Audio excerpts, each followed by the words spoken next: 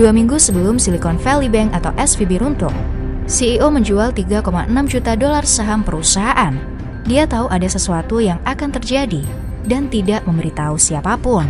8 Maret 2023, tweet, chat, DM, dan email bertebaran di komunitas startup Amerika. Semua orang mengatakan satu hal, keluarkan uang Anda dari Bank Silicon Valley. Kemudian keesokan paginya terjadi. Silicon Valley, bank terbesar ke-16 di Amerika, runtuh. Regulator keuangan telah menutup Silicon Valley Bank dan mengambil kendali atas simpanannya yang diumumkan FDIC pada hari Jumat. Apa kegagalan terbesar Bank Amerika Serikat sejak krisis keuangan global lebih dari 1 dekade? SVB, bank terbesar ke-16 di Amerika Serikat, pada awal minggu lalu telah resmi beroperasi selama 40 tahun dan dianggap sebagai sumber pendanaan yang dapat diandalkan untuk perusahaan startup teknologi dan perusahaan modal ventura. Semuanya runtuh dalam waktu kurang dari 48 jam. Dan dengan 2 kegagalan bank baru-baru ini, Silvergate Bank dan Signature Bank, sepertinya sistem perbankan Amerika Serikat sedang terbakar tepat di depan mata. Ketika startup mendapatkan uang dari pendanaan, mereka tidak bisa hanya pergi ke bank dan menaruh uang tersebut di sana. Umumnya, bank menginginkan bisnis nyata dengan riwayat transaksi stabil yang panjang. Mereka tidak ingin bisnis baru yang terus-menerus memindahkan jutaan dana masuk dan keluar sepanjang waktu. Karena itu, startup tidak punya tempat di bank. Silicon Valley Bank memanfaatkan peluang dengan mengisi kekosongan tersebut. Silicon Valley Bank secara khusus melayani dunia startup teknologi yang bergejolak, dan itu membuat mereka memonopoli ruang. Hanya dengan menandatangani seri cepat, para klien bisa menaruh uang di SVB. SVB menjadi bank tujuan, sehingga ketika uang dengan mudah berhamburan kemana-mana selama pandemi, perusahaan startup teknologi mendapatkan dana dalam jumlah yang gila-gilaan, dan mereka menyetorkan semua uang itu ke SVB. SVB tiba-tiba melihat banyak uang mengalir ke rekeningnya hanya dalam 1 tahun. SVB mengalami peningkatan 100% pada jumlah uang yang disetorkan ke rekeningnya pada tahun 2018. SVB memiliki simpanan sebesar 49 miliar dolar pada akhir tahun 2020. Jumlah itu telah berlipat ganda menjadi 102 miliar dolar, dan pada tahun 2021, bank memegang lebih dari 189 miliar dolar. Dengan semua uang di bank SVB, mereka memutuskan sudah waktunya menggunakan uang itu. Ketika memutuskan untuk berinvestasi senilai miliaran dolar dengan uang simpanan pelanggan mereka, di mata mereka uang tunai adalah sampah, sehingga harus menginvestasikan simpanan ini. Ini adalah bagaimana bank menghasilkan uang. Tetapi ini adalah keseimbangan yang rumit karena bank juga harus memiliki cukup uang tunai saat orang ingin menarik uang. Tetapi SVB tidak peduli semua itu.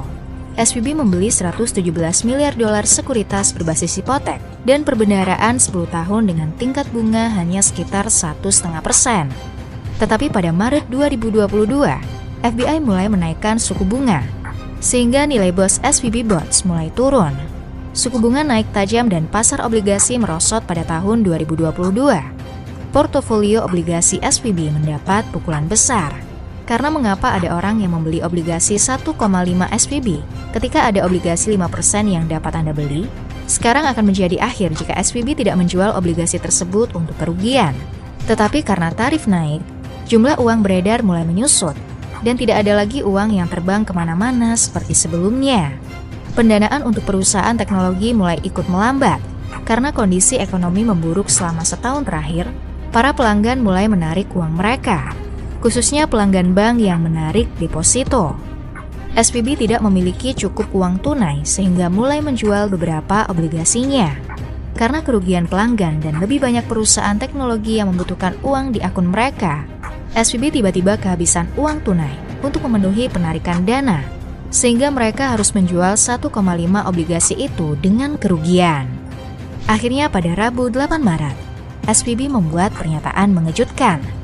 SVB mengumumkan telah menjual sekuritasnya senilai 21 miliar dolar dengan kerugian sekitar 1,8 miliar dolar dan mengatakan perlu mengumpulkan 2,25 miliar dolar untuk memenuhi kebutuhan penarikan klien dan mendanai pinjaman baru.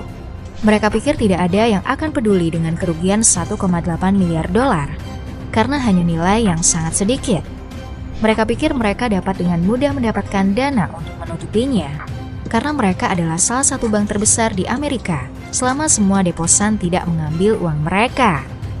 Perusahaan modal Ventura di kedua sisi Atlantik juga telah mendesak perusahaan portofolio mereka untuk memindahkan uang dari pemberi pinjaman yaitu Silicon Valley Bank. Dan saat itulah bank berjalan. Tiba-tiba semua orang ingin uang mereka keluar dari SVB. Setiap satu di industri teknologi memberitahu teman dan kolega mereka untuk mengeluarkan uang mereka secepat mungkin dalam satu hari. Saham SVB telah merosot 60% dan menyebabkan hilangnya lebih dari 80 miliar dolar saham bank secara global. Saat ini terjadi, karyawan SVB menerima bonus tahunan mereka pada hari Jumat, hanya beberapa jam sebelum regulator menyita bank yang gagal. Keesokan harinya bank terbesar ke-16 di Amerika itu tidak ada lagi dalam rentang waktu 48 jam. Pertanyaan sebenarnya adalah, mengapa SVB melakukan sesuatu yang sangat bodoh? Setiap bankir tahu ketika suku bunga turun ke nol, mereka akhirnya akan naik kembali dan ketika itu naik kembali, 1,5 obligasi mereka yang sangat sedikit akan berkurang. Itu tidak bisa dihindari. Tapi SVB masih membeli obligasi. Mereka mengira mereka tak terkalahkan. Tidak ada yang akan menarik uang mereka. Meskipun akun SVB adalah FDIC yang diasuransikan, FDIC hanya mencakup 250.000 pertama di rekening bank. Yang menjadi masalah karena semua startup ini memiliki jutaan di bank dari dana modal Ventura mereka. Itulah sebabnya hanya 11 dari uang yang disimpan di SVB yang benar-benar diasuransikan. Perusahaan seperti pembuat video game Roblox dan pembuat perangkat streaming Roku mengatakan mereka memiliki simpanan ratusan juta dolar di bank.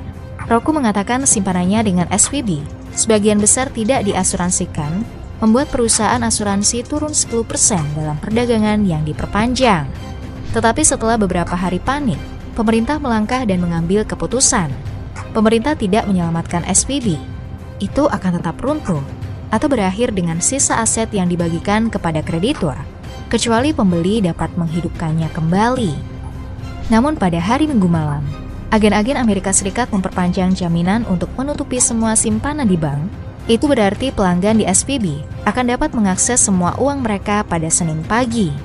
Atau dengan kata lain, mereka menyelamatkan kapitalis venture kaya ini dengan susunan uang pajak mereka. Sebenarnya jika SVB tidak ditebus dengan mudah, ini akan menjadi pelajaran. Ini bukan uang mereka yang hilang. Itu adalah uang yang diberikan kepada mereka oleh kapitalis rich venture untuk merasakan skema pose raksasa mereka, yaitu Silicon Valley.